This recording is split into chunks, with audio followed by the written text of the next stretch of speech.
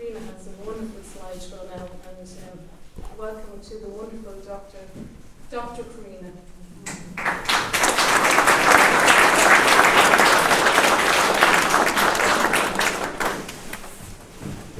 It's wonderful to see so many people here today, and special thanks to Life and Machair for inviting me along. So the Great Yellow Bumblebee project was a pilot EIP project, and the reason we wanted to do work on the Great Yellow Bumblebee was because it is Ireland's rarest bumblebee, and came together as a working group with some really important people like Belmullet Tidy Towns, who have been instrumental in getting this work up off the ground. Also support from Mayo County Council, particularly Peter Gill, BurrenLIFE Ireland, Dave Sotherby. We have local agri-advisors, particularly Noel Walsh, who's an amazing agri-advisor, and we also had Teagasc as well on board, as well as local farmers.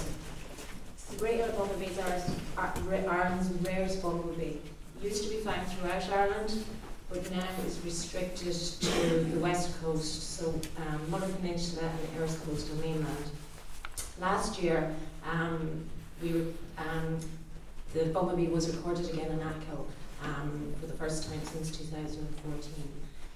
Whether that bumblebee flew across the sea, we're not sure, and that's something that we'll be looking at further again this year.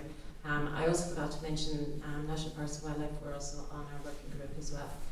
So it's the only known viable population is now on the Muller Peninsula, and it's a late emerging species and has a preference for flowers, and particularly likes these open landscapes, so the Machair habitat is just ideal for the species.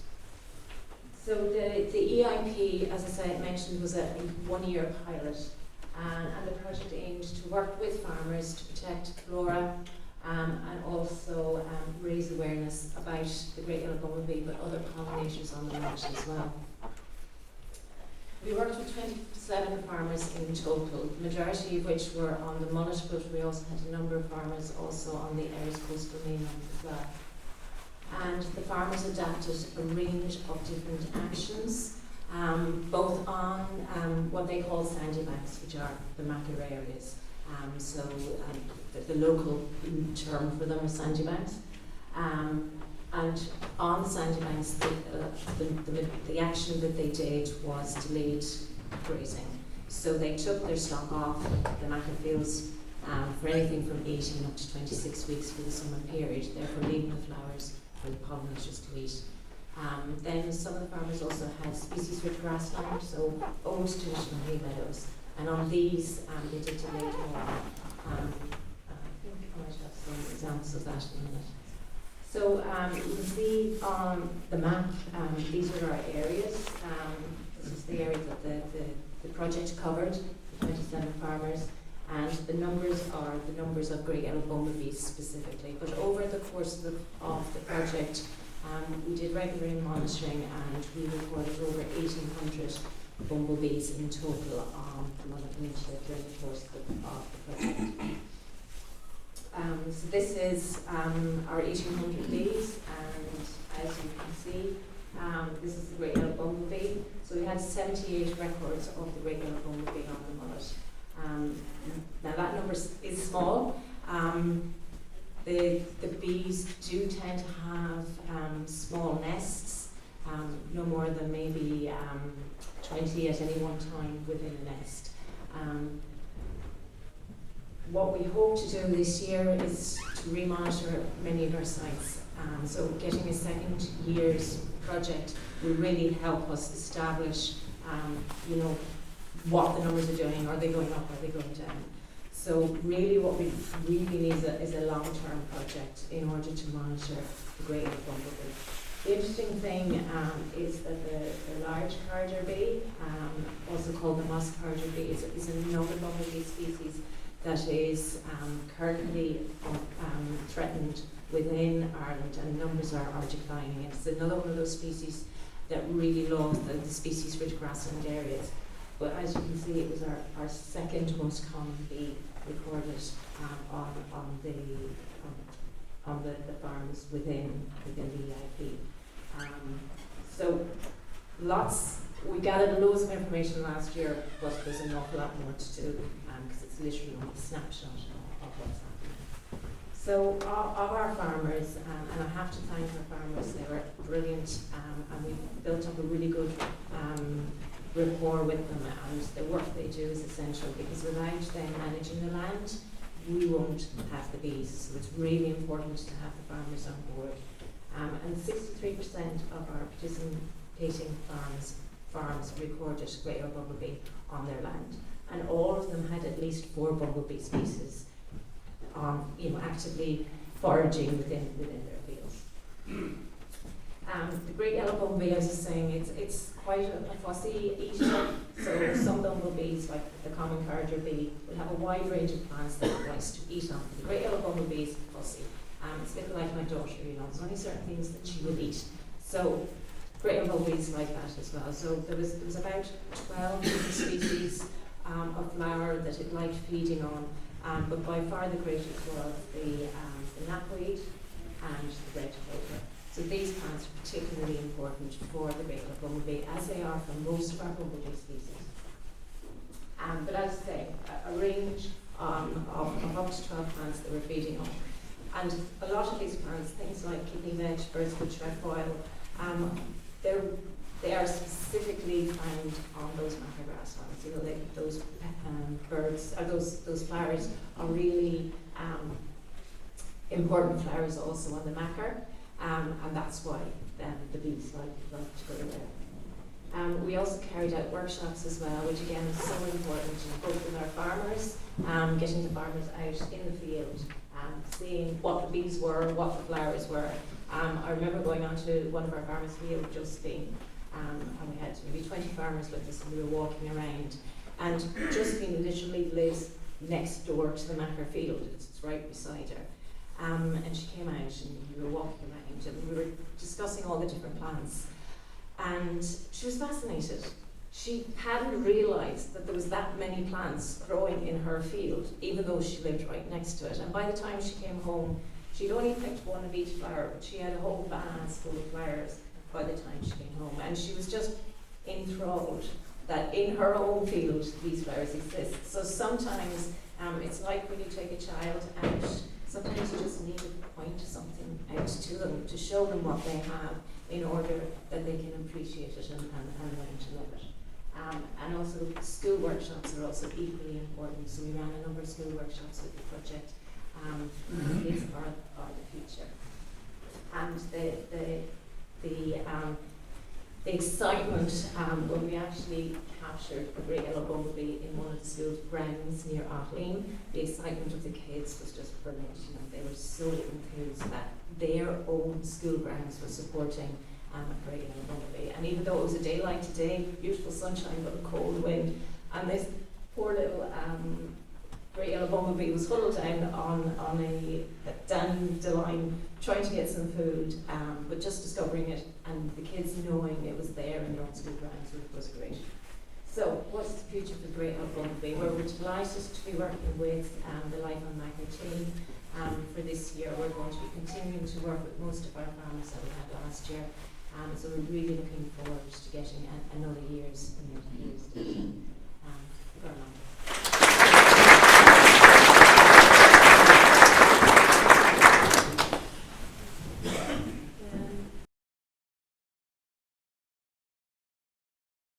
When I started this time last year, I didn't know anything. I still don't know anything, but I know I've been out with Karina a few times, and just phenomenal.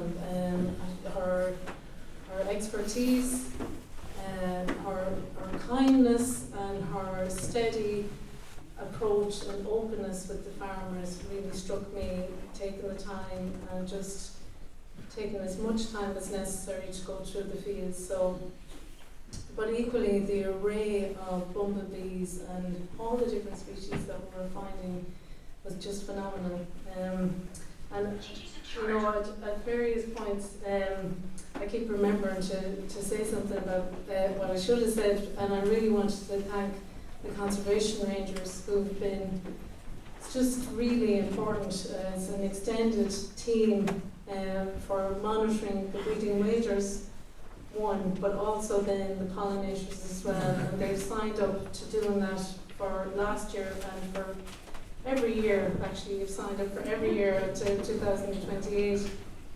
And like that has been a great support. And we have another Leaholder Green. I think he must have taken that Bumblebee from the training day in the mullet and brought it back. But you know, that would be an offence now to the Commission. So it's really important to monitor what we have, and as Karina said as well, we'll be developing a schools programme, which won't be a brand new schools programme. It will build on existing programmes that are there. Like, so we have a Cornbury Schools programme, but there's other service providers doing that as well. How's the legs at the back? Do you want to do a quick sort of like, you know, that you'll be grand.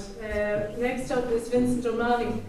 He's also known as Dr. O'Malley because he's been lambing for the last few weeks. He rang me last Friday and said, right, I'm here. And I said, no, it's next Friday. But I think the poor man was just lambing. He's lambing up to his eyes. So I welcome Vincent. I met him here a year ago, and he's been hugely welcoming and in all the right ways, asking really difficult questions and helping me to make sure I had the right answers for him. He represents INHFA, and he's also a farmer here locally. So Vincent, I'll hand over to you.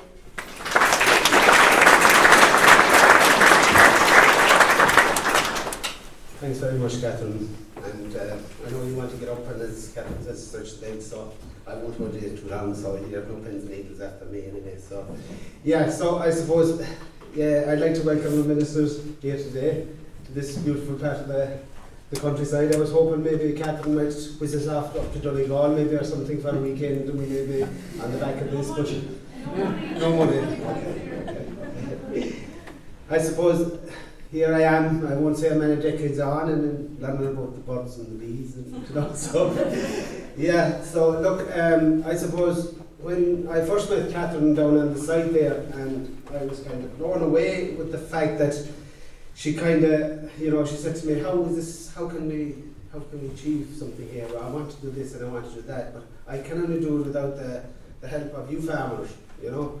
And to me that was very positive, because I think shared knowledge, I mean, and I'll go back to the Carbon Muscle which David alluded to earlier on, and our minister was there for the launch of that as well, and you know, it was a huge success, you know, the Carbon Muscle, and I suppose farmers in the catchment area, and I'm fortunate to have land along that area as well. So the amount from peatlands, the amount of vegetation that was on peatlands, I'd never known what was on the peatlands, you know, and it was very educational to me and to other fellow farmers as well, you know. So you know, and this is no different. I mean, we have the Machair there, and the amount of vegetation on this Machair sites there's a lot of vegetation there, and I think, you know, to educate the farmer is very important as well, you know. To see exactly how all this works, because look, don't take away from the farmer. The farmer knows nature. He knows, and I'm going through it as we speak with lamb, etc. So it's in his DNA. You know, it's in his DNA to nature is in his DNA. So that shouldn't take.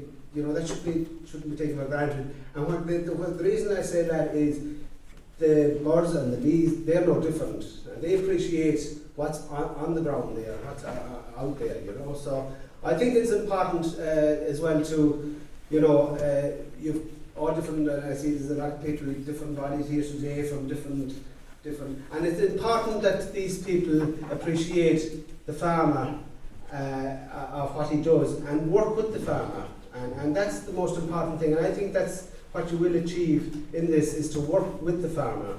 Now, obviously the farmer needs revenue, and Joe has alluded to it as well, like Catherine, you know.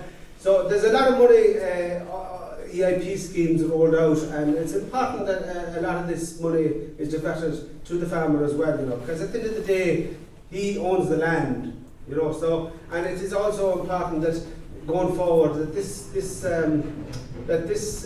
under the BIS and I know all the changes that has come in the new cap, that all these are retained. All the incomes are retained, and that there's no other pitfalls. Catherine will come and she'll go out of the area, but we have to, and the generation comes after me. I'd like to leave, what my father left, and I'd like to leave what is there for the next generation to come. So again, I know you're getting, as I said, you want to pin the needle, so I won't delay you any longer. But again, I see Mary McAndrew down there, and going back to the Farrell Muscle, Mary was she was very good out with us, and she was the information we learned from Mary as well, and Derek. There was Derek here today, Derek McLaughlin. I don't think he is now. Yeah. Is Derek there? Yeah. He's out on the phone. Okay. So Derek, like Catherine, the approach, her approach was similar. So look, as I said, I won't delay you any longer, but I leave it at this, that our basic payments, our base is not interfered with, or any of our payments isn't interfered with going forward. And we long may Machair, long may Farrell Muscle, and any other ELP schemes going forward, that they don't affect our payments. Thank you very much.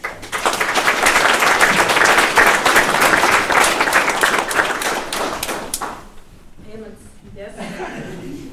And I suppose, one of the things that always inspired me to work on this project was, working with farmers to recognise the values. So we talk about value, and often all that means is, the money in your pocket or whatnot. But there's a whole array of values out there, out on the Machair, values, the hidden things, the hidden wealth that we don't recognise, which is the biodiversity, which is all those species that are there. So I suppose, Derek and Mary have worked through the Farrell Muscle project and in through the Wild Atlantic Nature. Derek has been a great champion of that, and John Carey through the Corncrake Life.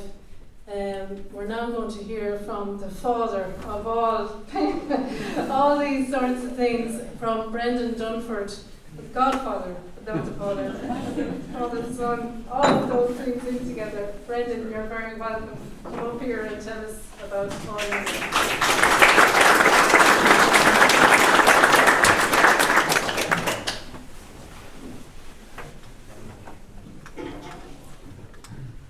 Thanks very much, and it's lovely to be here. Thanks to Catherine for the invitation. And it's great to see so many familiar faces. I'm going to speak very briefly because pins and needles, I can see it in the back. I should first begin by saying that coming here today is kind of like Groundhog Day for me. There's just so many people I haven't seen in so long, since pre-COVID times. Some people who have been such inspirations to me in my life. From national parks to people from the department, from the NGO sector, and farmers on the ground. So it's lovely to be here. What I wanted to do, and also should I say that it's particularly nice to be in this venue, because I think we talk about habitats and ecosystems, but the farming and community, the human community, is such an important part of this story, and this is the perfect place in which to launch the project today, so congratulations on that as well. I drove 2 hours from the beautiful Burren here this morning, and I keep thinking on the way up that Mayo seems to be the new Clare. I'm not sure how I feel about that. I think you're starting to steal a lot of our thunder up here. And fair play to you. There's amazing projects led by Derek, and we have Mary and others as well here, and of course Karina. So what I wanted to do this morning was maybe to share some of our experiences from Clare with you, and maybe to talk a little bit, particularly to the farmers in the group, because when all of us go home to our offices and homes for the weekend and different counties, Catherine's going to be left here with her team and the farmers to get on with the real work. That's when it really starts. So I might particularly address those key audiences of the project team and the farmers. BurrenLIFE was a life project we started almost 20 years ago now in a room like this in County Clare, and we've had an amazing journey over that time. But the Life project itself, which is an opportunity to answer some of the questions that are out there, this is for us where it all started. So I want to share with you some stories from BurrenLIFE, Machair Life, and this is one of our farmers here in the Burren, John O'Brien, herding this cattle. So this is the beautiful Burren. I can't not do Fáilte Ireland people here. I'm looking for a job at the moment, so maybe check this out. The beautiful Burren, fantastic landscape. This is the Burren National Park, Midwest Ireland, full of biodiversity, alpine, Arctic, Mediterranean plants, all sorts of insects. But at the heart of it is the farmer. And here's Pat Nagel, one of my real conservation heroes, the man who's been farming with a passion for the Burren all of his life. And back in the background there you can see a monument called Bumblebee, the oldest structure built by farmers in Ireland 5,800 years ago. And since that time, farmers have been in that landscape, shaping it for the better by and large through archaeology and biodiversity as well. And I've learned a lot from those farmers over time. And I'm just going to come to one issue here about the role of farming in the landscape. Farming is central to the Burren landscape, as it is to the Machair landscape up here. But it's not always a good thing. Too much farming, you start to lose a lot of your biodiversity, issues around water pollution, problems, and we hear a lot about those, unfortunately. But the corollary of that is too little farming, and we get scrub encroachment, we get abandonment, we get loss of our cultural and natural heritage as well. It's all about the balance. I'm all for paying money to farmers and more of it, much more of it, but only when they deliver the outcomes that we want. And I think that's the key thing. Give the money to the farmers depending on their delivery of the outcomes that we want. And I think everybody's happy then, and the taxpayer cannot complain. And I hate the word compensation. I think it's payment for services delivered, and we have to keep our eye on that into the future. The other thing I wanted to say about biodiversity is whether you like plants or animals or insects or not, it doesn't really matter. As Michael Dabber, a local farmer in Clare, a hero of mine as well, said, what's scarce is wonderful. And this is the kind of stuff we can't import from South America. This is the stuff that you can produce here by the right farming methods. And there's a value for that, and that value is increasing. And you're the ones who can, with the help of Catherine and Killeen, unlock that value. So working with farmers, I've been privileged. I went to college for several years, too many years, and I learned a certain amount, but it's only when I met the farmers that I started really learning. And learning to think from the farmer's perspective, I think is really important. And with the LIFE project, we had 5 years to work with farmers to co-create solutions. So Catherine, working with you guys to figure out what the best way to manage your land using your livestock to deliver good food with good biodiversity as well. And you have to think about farming as being more than food production. You guys are not just producing food, but if you do your job right as farmers, you can produce those wonderful insects like biodiversity, clean water, and all the really important ecosystem services. But the farmer, I think the farmer will think about, is this going to cost me? And who's going to pay? And what about in 5 years' time if the project disappears? Who's going to pay me then? If I'm going to change my farming system, I have to have some reassurance about the future payment. The second question farmers will ask, well, who's going to help me to do this? If I want to produce beef or milk, I go to my challenge advisor. Who's going to help me to do this? It's going to be Catherine and her team. Hopefully that's the answer. Is there more paperwork? Well, it shouldn't be. You've got to get rid of the paperwork and get farmers farming as we want. And I think there's a whole other social side of things that we often forget about. What are the values that farmers hold dear? And what a lot of farmers think if I start engaging in a project that's producing butterflies and bees. Well, that's a real question, and I advise farmers to be courageous, take strong steps. Don't listen to the pub talk. Listen to your own values. You want to do something important here, and you have an opportunity, and take it. Please take it. So those things are what we've been working on over the years. We've come up with a result-based payment system. We have a local office to give the advice, and we have programs for young people, for communities, for everybody to learn and engage in their place. To address this issue of what will other farmers think, is this the right thing to do? And it does work. So in the Burren, we've been doing very practical actions: water provision, removing invasive species, fixing walls, improving access, all ways which are future-proofing farming in the Burren, but also improving biodiversity, water quality, and landscape outcomes. And we've been tracking the impact of that every year since 2010. And this to me is my greatest source of pride. I'm going to get a t-shirt with this graph on it. So every year, working with farmers, 23,000 hectares of land, 350 farmers, we've improved the environmental outcomes, which is wonderful for biodiversity, but also wonderful for the farmers because they get more money. If that graph goes up, the farmers get more money, which is how it should be. It's like bringing your animal to the market. The better the condition of the animal, the more money you're going to get. And that's how it is with the environment in the Burren as well. And for those who don't like graphs, that really represents going from a situation like that to a situation like this. Improving biodiversity, but also improving agricultural performance as well. And we can put a value on that. 33 million euros in the last 10 years generated in biodiversity benefits through good farming practice. And farmers have actually increased their stocking levels as part of that, not decreased them. So to finish off, this is Pat Nagel, this is Pat's farm now. Many years later, he's hoped the King of England to be on this farm, because when he came to Ireland, he wanted to see conservation farming in action. We took him here, repaired all the walls, fixed all the watering points, hung these beautiful pearl gates all over the land, done amazing things, and multiplied Pat by a few hundred, and you get these amazing outcomes from the Burren programme. But what we think about, and what Pat thinks about, and what's most important to him, is his son Oliver and his kids. And they're all so enthusiastic now, and this is all about thinking ahead, what kind of legacy you want to leave to your children and to your grandchildren. Farming for quality food will never go wrong, but farming for quality food that delivers an outstanding environment is where it's really at.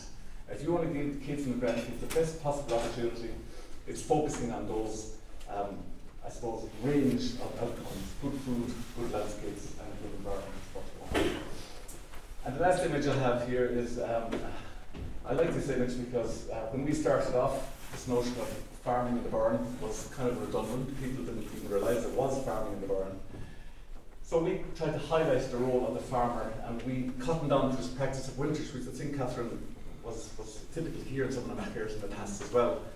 And we set up a little festival called the Burren Winters Weekend, where each year a farmer, here she is, Eva Ford, brought a cattle up to the mountain, 28 cattle. But if we look at the line of people back behind here, all the way back down to the village, there's a real interest in farming, there's a real willingness on behalf of the public to support farming, but the right type of farming. So you guys are on a journey, just like this is one of the first steps of the journey.